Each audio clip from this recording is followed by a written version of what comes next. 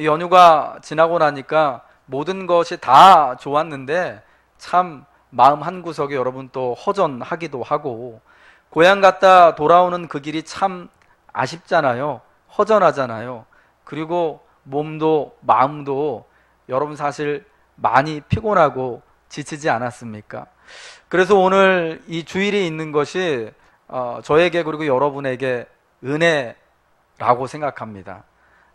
지친 우리들이, 피곤한 우리들이 주님 앞에 나와서 복음으로 말미암아 다시금 힘을 얻고 우리의 몸과 육신이 이 하나님 앞에 예배를 드림으로 주의 말씀을 우리가 함께 나눔으로 다시 우리의 삶과 인생을 새롭게 살아나갈 수 있는 힘을 하나님이 우리에게 주시기 때문이죠. 지난주 디모데후서 3장의 말씀을 통해서 우리가 기록된 하나님의 말씀인 성경에 관한 말씀을 들었습니다. 성경이 그리스도 예수를 믿는 믿음 안에서 구원에 이르는 지혜를 가져다 주고 하나님의 사람으로 하여금 온전하게 하고 모든 선한 일을 행할 능력을 얻게 한다. 그러니까 성경을 읽고 성경을 배우고 묵상해야 한다. 성경을 가까이 하고 사랑해야 한다는 것이었습니다. 이제 이어지는 오늘 디모데후서 4장의 가르침은 이렇게 읽고 배우고 묵상한 성경의 말씀을 우리가 들었다면, 배웠다면 나가서 이 말씀을 전파하라는 것입니다.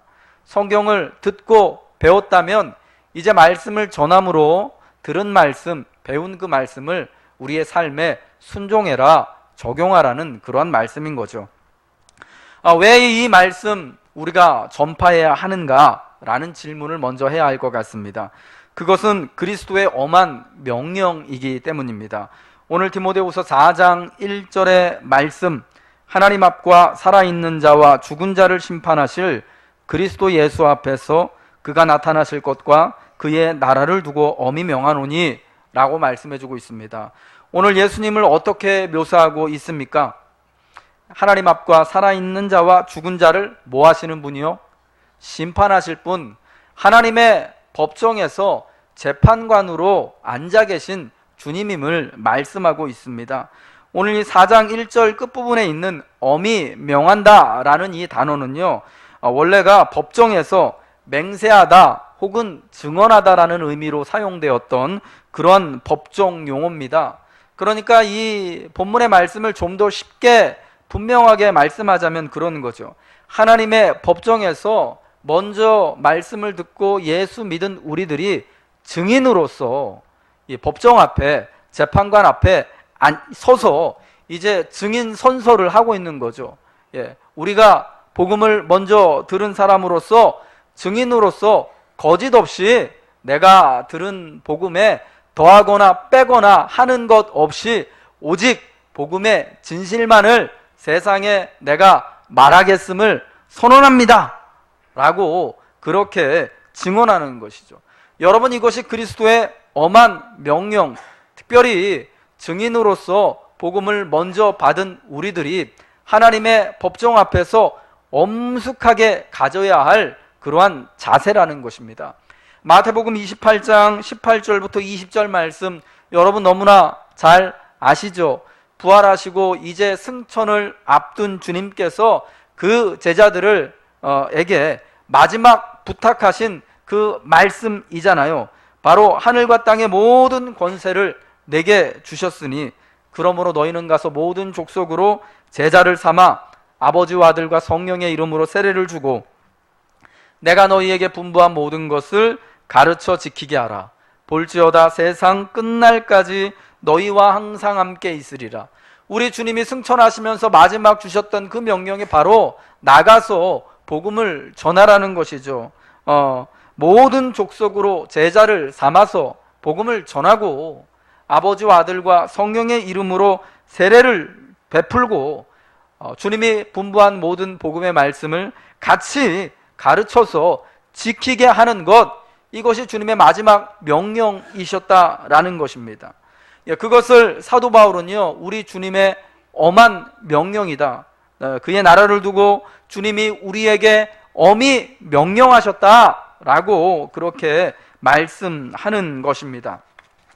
여러분, 우리에게는 이 명령이 이미 예수님으로 말미암아 우리에게 주어진 줄로 믿습니다.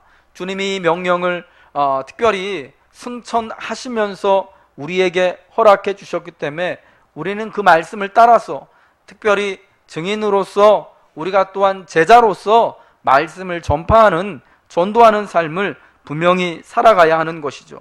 두 번째로요, 주님이 이 땅에 오실 때가 곧 가까이 있을 것이기 때문에 우리는 이 말씀을 전해야 하는 것입니다. 주님이 나타남을 사모하는 마음으로 우리는 주의 말씀을 전하는 것입니다. 오늘 본문의 3절의 처음과 8절의 마지막 부분만을 떼어내서 읽으면 어떻게 되느냐? 3절의 첫 부분, 때가 이르리니 라는 부분이고요. 8절의 마지막 부분은 뭐죠? 주의 나타나심을 사모하는 모든 자에게 도니라. 이 전도에 관한 말씀을 전파라는 이 말씀 가운데 특별히 이 처음과 그 마지막 부분이 우리 예수님이 이 땅에 다시 오실 때에 대한 것을 담고 있는데, 그 가운데에 말씀을 전하라는 말씀이 있는 것입니다. 그러니까 이게 어떤 의미냐? 예수님께서 다시금 이 땅에 다시금 오실 터인데, 주님이 다시 오시는 그때까지, 그때가 얼마 남지 않았기 때문에 우리가 힘써서 말씀을 전파하는, 때를 얻든지 못 얻든지 말씀을 전해야 하는 그러한 사명이 우리에게 주어졌다라는 것입니다. 이제 주님이 이 땅에 약속하신 대로 두 번째 재림하실 때는요, 심판주로서 이 땅에 오시는 것이죠. 그래서 이 땅의 사람들이 복음을 따라 어떻게 살았는지, 어떠한 모습으로 어떠한 형편으로 주님을 섬기며 주님의 나라를 사모하며 살았는지를 따라서 의롭다고 하시고 영원한 상을 우리에게 허락하시기도 하시고, 또 믿지 않는 자들에게는 영원한 형벌에 처하게도 하시는 것입니다. 여러분, 그것이 영원한 주님의 상과 벌이 있기 때문에 오늘 먼저 믿은 우리들이요, 주님이 오실 때까지, 그 순간까지 힘써서 아직 복음을 알지 못하고 믿지 못하는 우리 사랑하는 가족들에게, 자녀들에게 이 복음의 말씀을 전해야 한다라는 것입니다. 그렇지 아니하면 만일 주님이 다시 오시는 때에 복음을 듣지 못한 그들이 복음을 알지 못하기 때문에, 믿지 못하기 때문에 사랑하는 그들이 영원한 형벌에 처할 수 있기 때문에 우리는 그러한 긴박한 마음을 가지고 주님이 오실 때를 기억하면서 바로 이 복음, 아직 주님이 우리에게 돌이킬 수 있는, 구원받을 수 있는, 은혜를 누릴 수 있는 기회를 주셨을 때에 우리가 힘써서 전도해야 한다라는 것입니다. 여러분, 성도는 추수 때에 바로 일꾼인 줄 믿으시기 바랍니다. 주님이 다시 오시는 그때까지가 바로 이 땅에서 하나님 나라의 추수의 시즌이 시작되는 때입니다. 이 땅에 많은 추수할 것들이, 추수할 많은 영혼들이 있습니다. 우리의 가정 안에도 여러분 자녀들도 정말 많이 있지 않습니까? 그들을 우리가 이른 아침부터 늦은 저녁 시간까지, 주님이 오실 때까지 우리가 굵은 땀방울을 흘리면서, 기도의 눈물을 흘리면서 주님께로 인도할 수 있도록 힘써야 하는 것입니다. 열매를 맺게 하고 그 추수의 기쁨을 누리게 하는 것은 이제 주님이 그 일을 하실 텐데, 특별히 땀을 흘리며 눈물을 흘리며 함께 그 일에 참여한 주님의 일꾼들이 그 기쁨을 함께 나눈다라는 것입니다. 세 번째로 우리가 왜 전도해야 되느냐, 말씀을 전파해야 되느냐? 전도자를 위한 의의 면류관이 예비되어져 있기 때문입니다. 8절 말씀이죠. 이제 후로는 나를 위하여 뭐가 예비되어 있다고요? 의의 면류관이 예비되어 있으므로. 여러분, 여기서 말하는 의의 면류관이 무엇인가 우리가 한번 생각해 봐야 할 것입니다.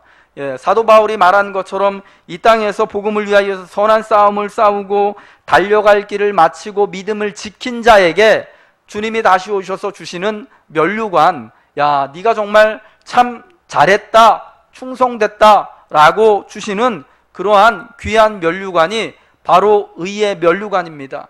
근데 여러분 신약 성경에는요, 이 주님이 주실 면류관에 대한 그 표현이요, 설명이 여러 군데 나와 있습니다. 고린도전서 9장 24절 25절에도 있고요. 그리고 빌립보서 4장 1절에도 있고, 데살로니가전서 2장 19절, 또 우리가 본 디모데후서 2장 5절에도 있고, 오늘 본문 4장 8절에, 그리고 요한계시록 2장 10절에 서머나 교회에게 하신 말씀 중에 생명의 면류관에 관한 말씀이 있지요. 다 주님이 주실 그 면류관, 의의 면류관에 관해서 말씀해 주고 있는 건데, 특별히 빌립보서 4장 11절 말씀, 1절 말씀, 데살로니가전서 2장 19절 말씀을 우리 한번 읽어보겠습니다. 먼저 빌립보서 4장 1절입니다. 읽겠습니다. 시작. 그러므로 나의 사랑하고 사모하는 형제들, 나의 기쁨이요 면류관인 사랑하는 자들아, 이와 같이 주 안에 서라. 데살로니가전서 2장 19절입니다. 시작. 우리의 소망이나 기쁨이나 자랑의 면류관이 무엇이냐? 그가 강림하실 때 우리 주 예수 앞에 너희가 아니냐? 아멘. 이 두 구절 말씀만이요, 유의하게 이 신약 성경에서 면류관이 어떤 것이다, 주님이 주시는 의의 면류관이 무엇이다라는 것을 꼬집어서 말씀합니다. 여러분, 주님이 주시는 면류관이 뭘까요? 뭐라고 말씀하죠? 사도 바울이 자기 면류관이 뭐라고 그럽니까? 다 아시면서 또 이렇게 또 너무 겸손하셔가지고 말씀 안 하시는 거죠. 예, 내 면류관이 누구라고요? 나의 사랑하고 사모하는 형제들, 나의 기쁨이여 면류관인 사랑하는 자들아. 그러니까 바울의 면류관이 누구라고요? 여러분, 빌립보 교회 교인들이에요. 그쵸? 데살로니가전서 2장 19절에 우리의 소망이나 기쁨이나 자랑의 면류관이 무엇이냐? 그가 강림하실 때 우리 주 예수 앞에 누구라고요? 너희가 아니냐? 데살로니가 교회 교인들을 말하는 거예요. 그러니까 신약 성경이 말하는, 특별히 하나님이, 우리 주님이 강림하실 때 성도들에게 수요하시는 그 의의 면류관, 생명의 면류관이 뭐냐? 바로 성도들이라는 거예요. 특별히 내가 복음을 전해서, 사도 바울과 같이 내가 복음을 전하여서 이제 그 복음을 영접하고 같이 예수를 믿고 함께 하나님 나라를 위하여서 예배하고 힘써 살아가는 그 성도들, 내가 전도하여서 예수 믿게 한 그 귀한 성도들과 그 귀한 교회가 바로 주님이 강림하실 때, 주님이 다시 오실 때 우리들의 면류관이 된다라는 것입니다.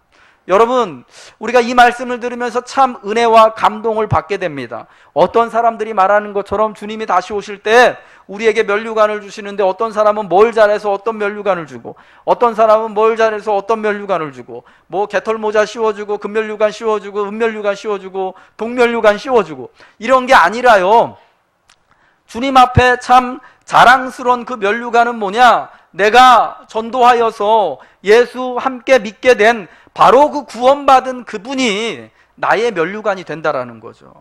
여러분, 이렇게 사랑하여서 이제 함께 예수 믿고 함께 또 거룩한 길을 가게 될 여러분의 자녀들이, 여러분의 가족들이, 여러분의 배우자가 바로 주님이 다시 오실 때 나의 면류관, 주님이 내게 수여하시는 그 거룩한 의의 면류관, 생명의 면류관이라는 것입니다.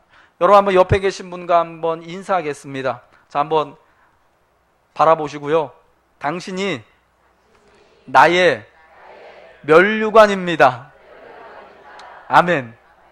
여러분, 그러므로 우리가 여러분 전도해야겠죠.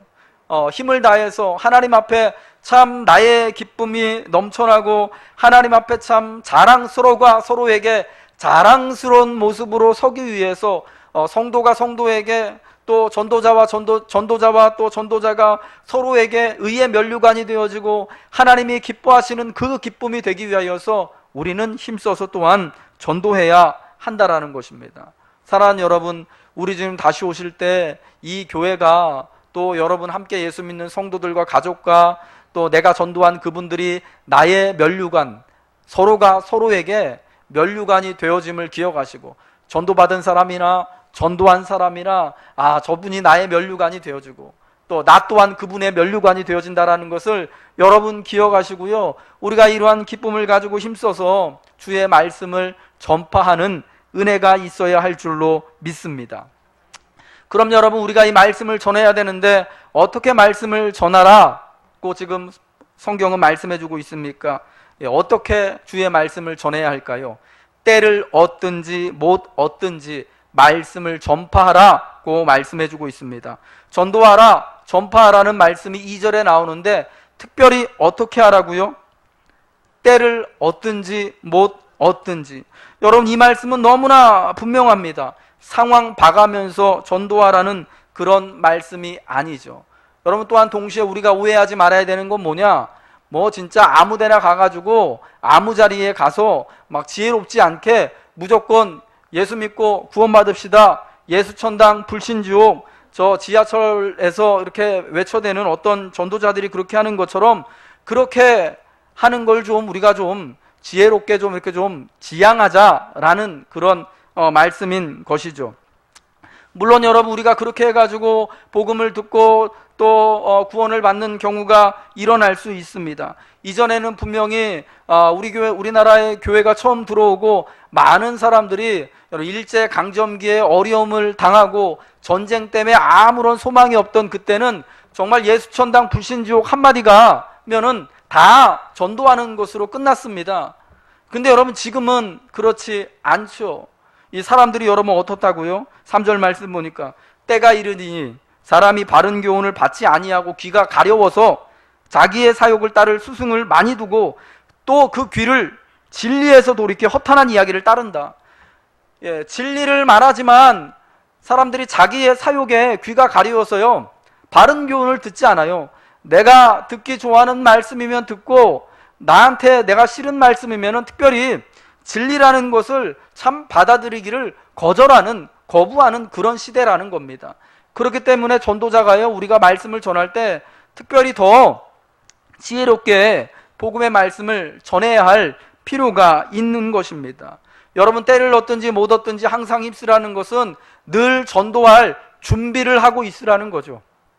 늘 우리의 입술에, 우리의 마음에, 내가 우리 사랑하는 자녀들에게, 내가 우리 사랑하는 가족들에게 내가 오늘도 이 복음을 이야기하고 함께 내가 예수 믿는 이 나의 믿음을 증거해야겠다, 고백해야겠다, 여러분 그러한 자세를 가지고 살아가라는 겁니다. 날마다 거리에 나가서 예수천당 불신주옥, 여러분 그런 스타일로 하라는 게 아니라 늘 그런 준비를 지혜롭게 하고 있으라는 그러한 말씀인 거죠.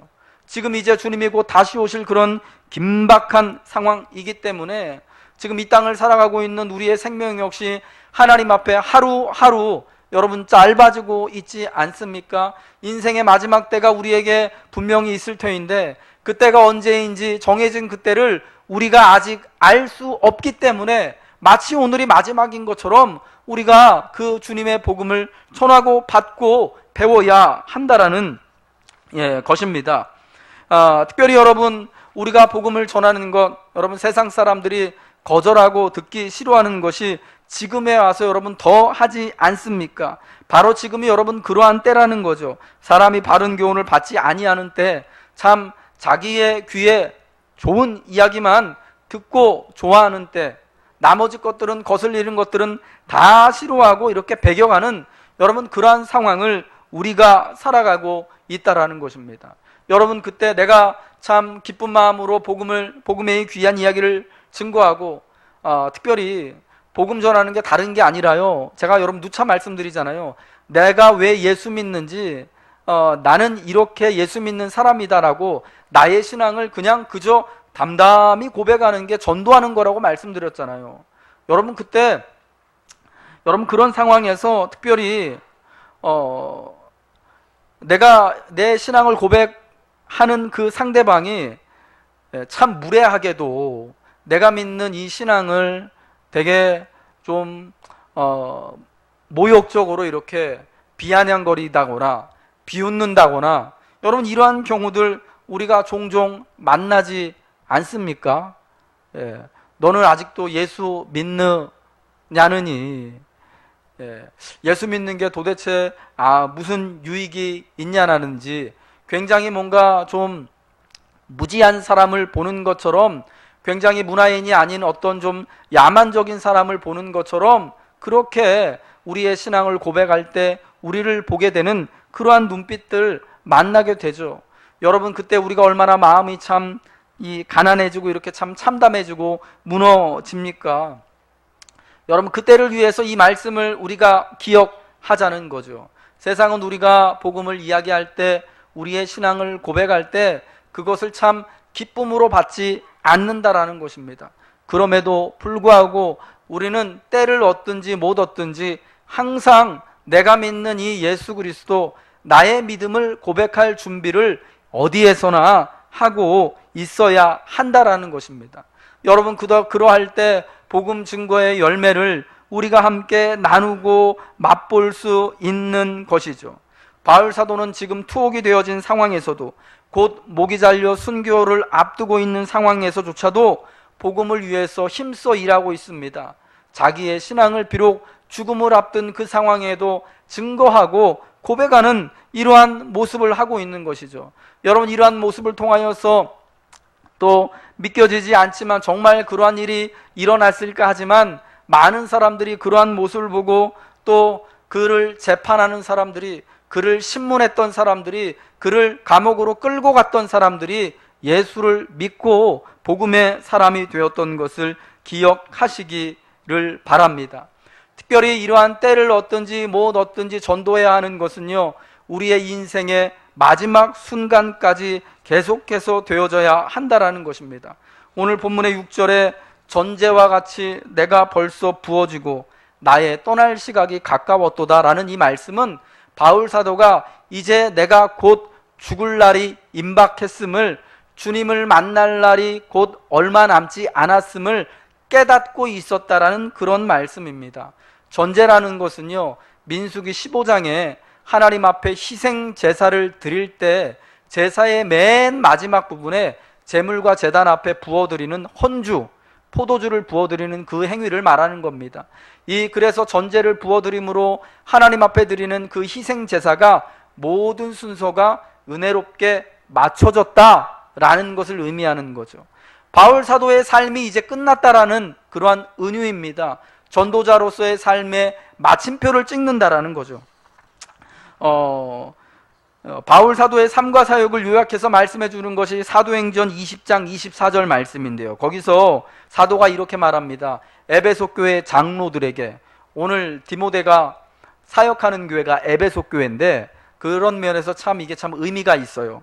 어떻게 말하냐면, 내가 달려갈 길과 주 예수께 받은 사명, 곧 하나님의 은혜의 복음을 증언하는 일을 마치려 하면은 나의 생명조차 조금도 귀한 것으로 여기지 아니한다. 내가 전도하기 위하여서, 복음을 전하기 위하여서 내 생명조차 조금도 귀한 것으로 여기지 아니하고 열심히 지금 내가 달려가고 있다. 예루살렘을 향하여 가면서 이 말을 한 겁니다. 그때 여러분 그렇게 말을 했습니다. 근데 지금 이제 디모데후서 4장 이 8절에서는 어떻다고요? 이제 내가 그 달려가는 이 길을 이제 내가 마치겠다라고 말하고 있는 것입니다. 사도 바울이 주후 31년 혹은 32년에 예수 그리스도를 믿고 드디어 사도의 길에 들어섰습니다.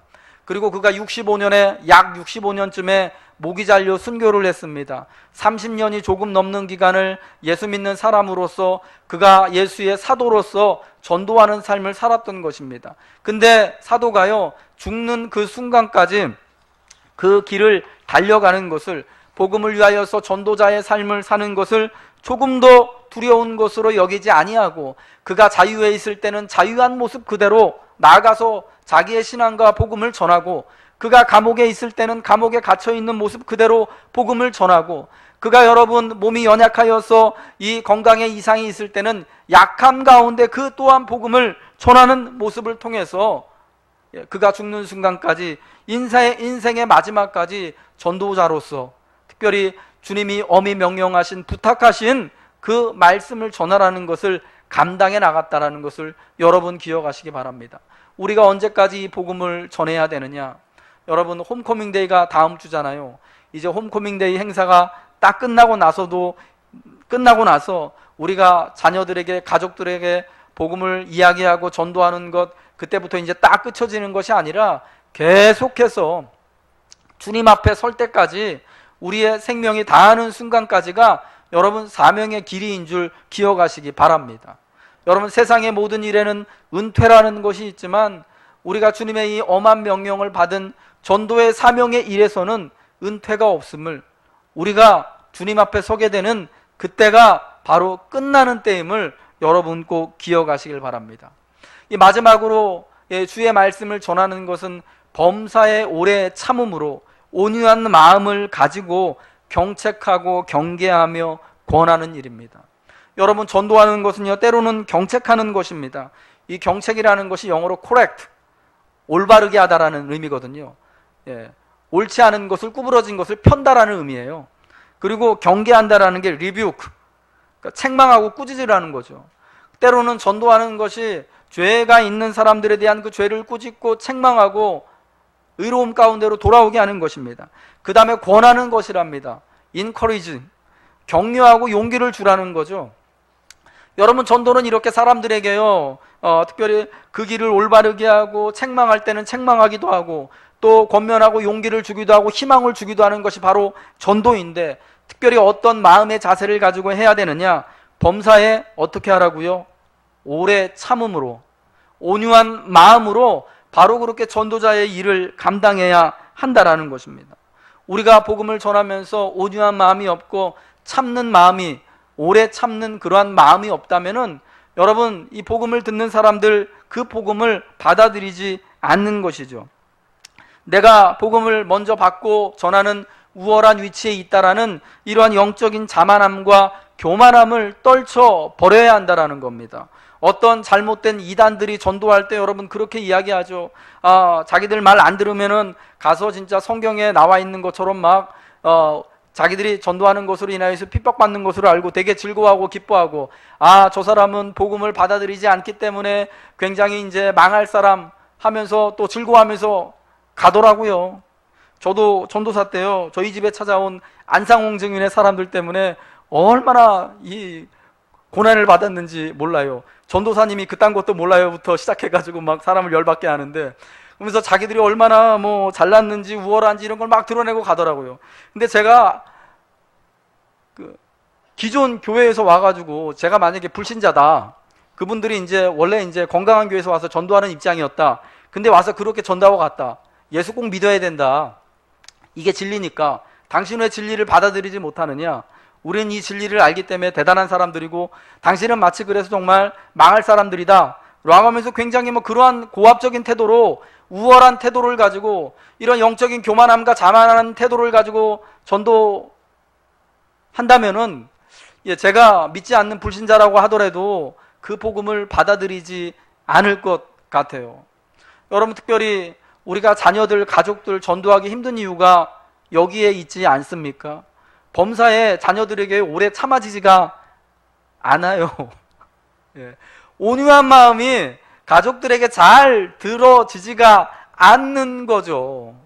우리 애들 공부 못하면은 공부 못한다고, 공부 안 한다고 막 야단치고 혼내는 것처럼, 예수 안 믿으면 너네 예수 안 믿냐, 너네 교회 안 가냐 하면서 여러분 그렇게 막 하잖아요. 여러분, 그러니까 자녀들이요, 교회에 오고 싶은 마음 안 드는 거죠. 여러분, 전도하는 우리의 마음을 다시 한번 돌아보시길 바랍니다.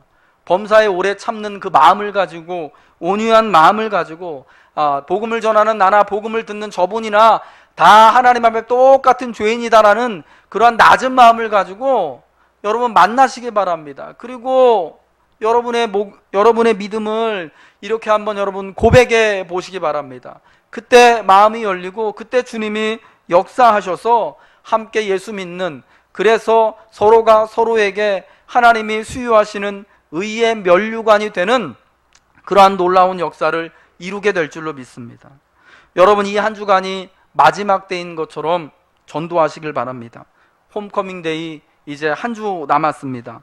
내가 이 한 주간을 사랑하는 우리 자녀들에게, 그리고 또 가족들에게 복음을 전할 마치 마지막 순간인 것처럼, 이제 또 이 홈커밍 데이가 지나고 나면은 또 계속해서 또 신앙을 고백해야 하고 전도해야겠지만, 그러나 이 한 주간이 정말 마지막 순간인 것처럼 엎드려서 기도하시고, 여러분 계속해서 우리가 때를 얻든지 못 얻든지 우리가 믿는 이 복음 예수 그리스도를 증거할 수 있는 여러분 그러한 기회를 삼으시길 주님의 이름으로 부탁드립니다. 우리가 입을 벌려 예수 그리스도의 복음을 말할 때 주님이 일하시는 줄로 믿습니다. 수고하지 않고 결실을 얻을 수는 없습니다. 함께 예배드리며 주님께 나올 자녀들과 가족들 그리고 성도들이 우리의 면류관이 되어져서 주님 앞에 빛나는 복된 그날이 되시